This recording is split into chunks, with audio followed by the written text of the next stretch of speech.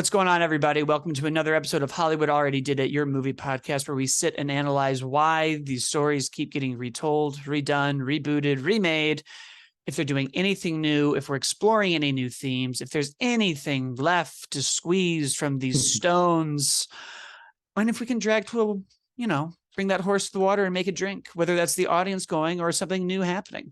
We won't, but we will try. As always, I am your host, Blake Schultz, and with me is Terrence Tatum. Hello, everyone. And this week we are talking about Shazam Fury of the Gods, the sequel to the well-received but not great at the box office Shazam movie, a fun Christmas movie in 2019, which feels both like it's a year ago and so long. Ago. Yeah. This one didn't have so much trouble with production. I think the biggest thing they really did COVID-wise was like delay their release and then delay it again for Avatar so they could get into those sweet IMAX and all those other premium formats that you all love so much. Yeah. Although we know how many, I wrote it down. It's only something like gave them 36% of those theaters were used for it. So, well, I don't think they were accounting for like the Creeds and the Screams to have such a holdover and still keep some of those theaters. That's, we'll get into like where the box office is, because I'm sure it's very easy to just be like the DC reboots are coming and we don't care. And Shazam was but the reality is, well, there's a lot to get into. We're going to get into that. We're going to get into what we thought worked in the movie, what themes they're exploring, and why we're still here. Let's get into it. Terrence, what worked for you in the movie? So I really like the first Shazam, outside of one thing, which I'll bring up in a second. I like the first Shazam quite a bit because it, at the heart, was the biggest piece of that. Like, yeah, there was this big spectacle, Shazam, quasi Captain Marvel, whatever you want to call him.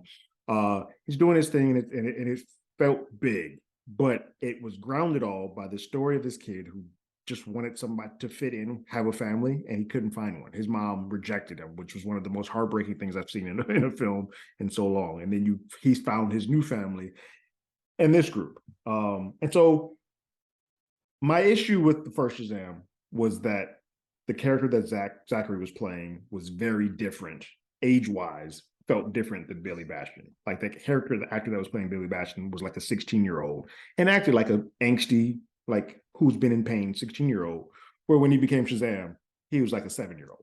He regressed a lot. That is still lingering in this, a little less because we don't see Billy Bastion much in this film. And when we do, there's times where they sort of try to de-age, like make him a little bit more immature, which is an odd choice considering he is now 18 as opposed to 16. That said, outside of that issue being my problem, I thought this was a fun movie. It's really fun. I like the script. I had a good time. I like Helen Mirren. I like Lucy Liu. I like all of that. The problem it has for me and why it does not work for me as well as the first one is that the heart feels very tacked on this one. It doesn't feel like it's earned. It just comes out of nowhere. You're like, wait, I forgot this was a thing. We spent half the movie without even recognizing the Foster family. And then in the back half, they throw them back in there and they're like, oh, remember, here's Hart.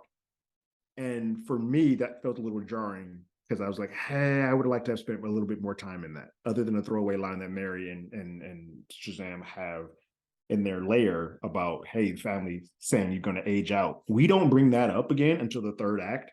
And then you're like, oh, wait, there was more meat on that bone than a lot of the jokes that we just kind of let Zachary do. And so all in all, it was kind of a mixed bag. I enjoyed it. I definitely don't think it is nearly as bad as what the critic rating is saying.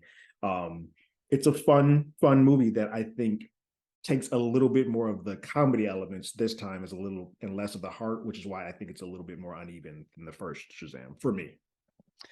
Yeah, I would agree with everything about the heart. I think my biggest issue, and there was actually quite a lot that I liked, but my biggest issue was we didn't really have a lot of those deeper moments, those interesting moments with the mom and really exploring him, the backstory of him, and it's harder to do that once you've done it once. Right. I liked the allusion to getting into, he's worried about this family leaving and he's trying to keep them together and worried about turning 18. And I don't know that we got that deep into that, but I liked that that was there. And I really liked having Mary do a lot more because I think that she's just fantastic. But a lot of stuff did work for me. I did like the villains. I liked seeing these other worlds and more of the Rock of Eternity and these weird Monsters Inc. doors. I liked the wizard a lot in this one, and I really dug giving his brother more to do.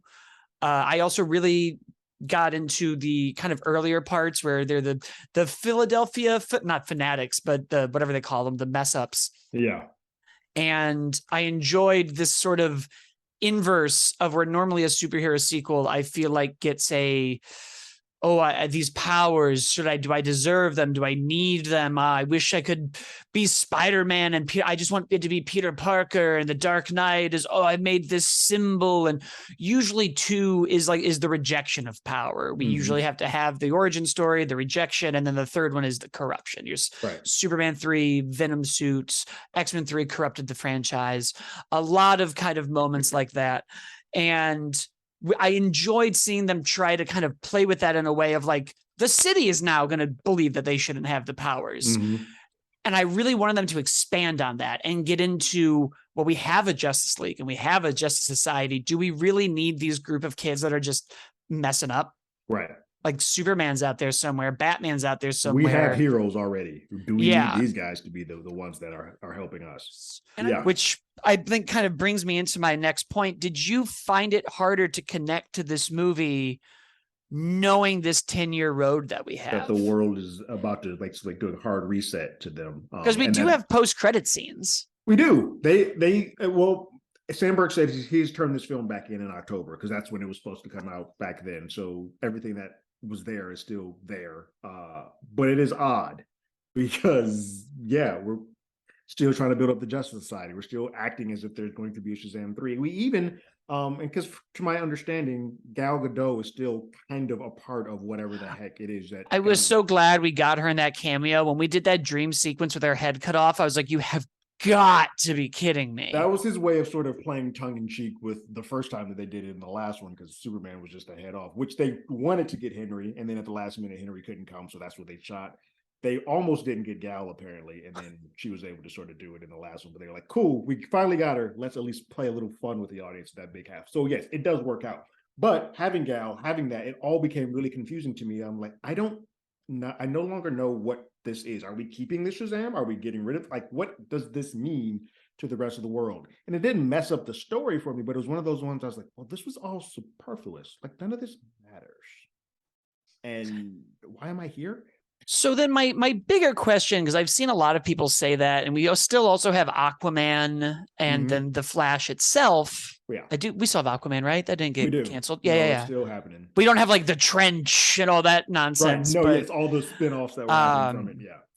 So why? Because I thought about this while I was watching the movie too, and I can't think of the best way to articulate it. Why? Because like with Spider-Man 2, I wasn't guaranteed a Spider-Man 3 or 4 or 5 or 6 or the Matrix. When I see Dungeons and Dragons next week, I won't be like, oh, but if this doesn't make enough money, we won't get a sequel, so I don't care. Right. It's sort of the same thing that I'm seeing happen with the television shows on Netflix. If there's not a second season, why am I going to watch season 1? Why would I bother continuing? And I feel like years ago, to die on a very weird hill of mine, I watched the show Drive with Nathan Fillion on Fox, the wonderful show about why I think it was 3, it might have been, but I think it's Emma Watson and Nathan Fillion, and it's a crazy cast. It's stacked.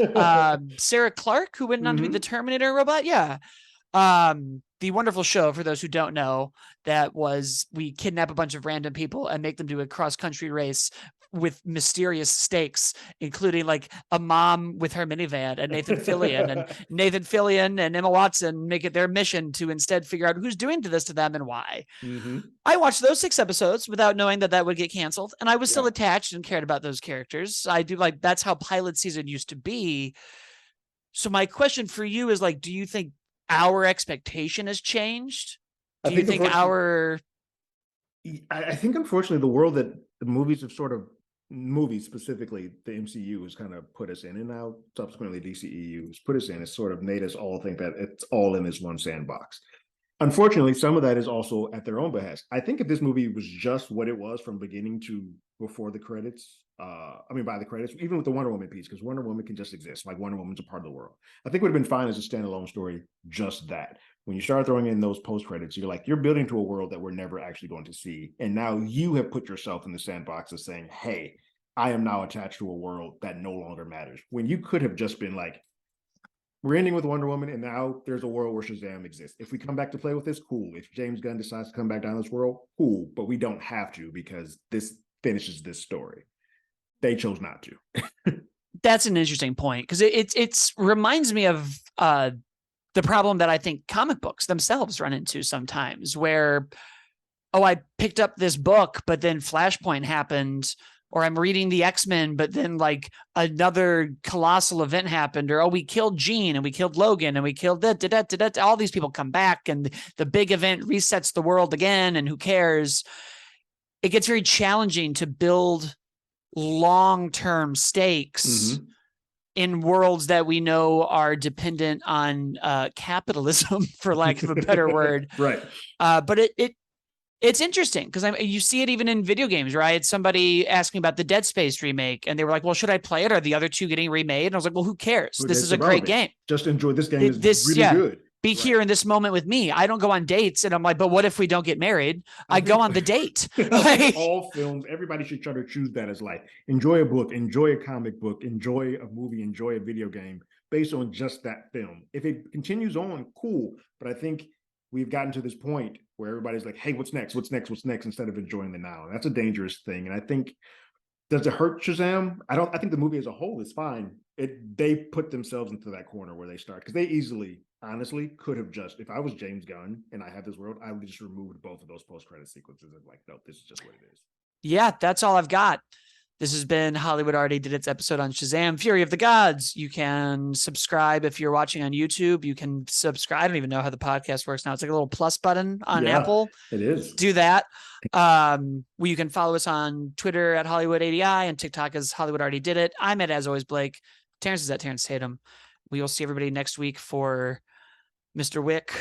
And then for D&D, and then for Mario, and then we'll fly off into the night until the next wave of reboots and remakes.